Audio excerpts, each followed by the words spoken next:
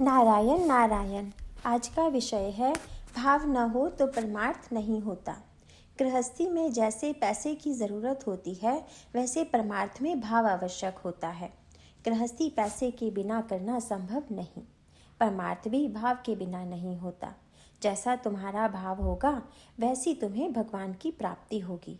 प्रहलाद को खंबे में भगवान मिले तो संत नामदेव ने पत्थर की मूर्ति को भी भोजन कराया। तुम सब उस गोपी की बात तो मालूम होगी ही। वह गोपी श्री कृष्ण को भोजन कराना चाहती थी, लेकिन उसका पति उसे जाने नहीं देता था। इस पर वह बोली कि मेरी यह देह तुम्हारी है, लेकिन मेरे मन पर तुम्हारा कोई अधिकार नहीं है। और ऐसा कहकर वह देह पति के पास छोड़कर वह श्री कृष्ण के पास पहुंच ही गई।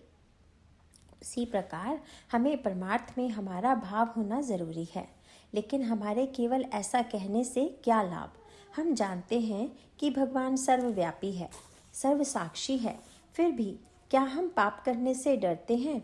यदि हमें सचमुच लगता है कि भगवान हमें देख रहा है तो क्या हमसे कभी पाप होगा? लेकिन हमें वैसा लगता नहीं।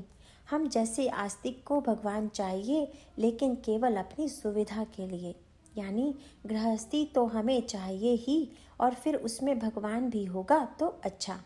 जबकि इसके विपरीत यह लगना चाहिए कि भगवान तो हमें चाहिए ही और फिर उसमें गृहस्थी भी हो तो ठीक है। हमें गृहस्थी की लालसा ना हो, उसमें जो कर्तव्य भावना है उसकी लालसा हो। देह से कर्तव्य करें और मन से मात्र भगवान का अनुसंधान करें। जो बात हमारे मन को क्लेशदायक होती हो वह ना करें। ऐसा करने से हम विकारों पर कुछ अंकुश लगा सकेंगे। भगवान हमें देख रहे हैं। इस भावना से, इस दृढ़ भावना से यदि कोई कृति करते हुए हमें शर्म नहीं आएगी, ऐसी ही कृति हम करें। जिनके यहाँ व्याप अधिक है वे लोग रोते हैं, और जिनके यहाँ व्याप नहीं है वे भी रोते हैं। तब प्रश्न यह है कि सुख किस में है? क्या पैसा सुख देता है? पैसा कमाना कठिन होता है, और मिल भी गया तो वह अपने पास सदा के लिए रहेगा कि नहीं, इसका विश्वास नहीं होता। पैसों की तरह अन्य बातों की भी स्थिति है।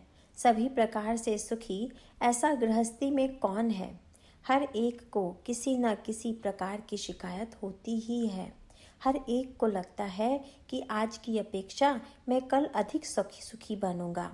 वह कभी पूर्णतया सुखी नहीं होता और उसका शिकायत करना कभी समाप्त नहीं होता। गृहस्थी में जितनी भी वस्तुएं हैं सब नाश पाने वाली और दुखदायी हैं।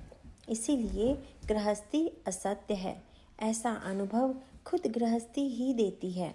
इस अनुभव से गृहस्थी में जो आसक्त नहीं होता वह सुखी होता है। गृहस्थी के अनुभव भूलकर जो आसक्त होता है वह दुखी होता है।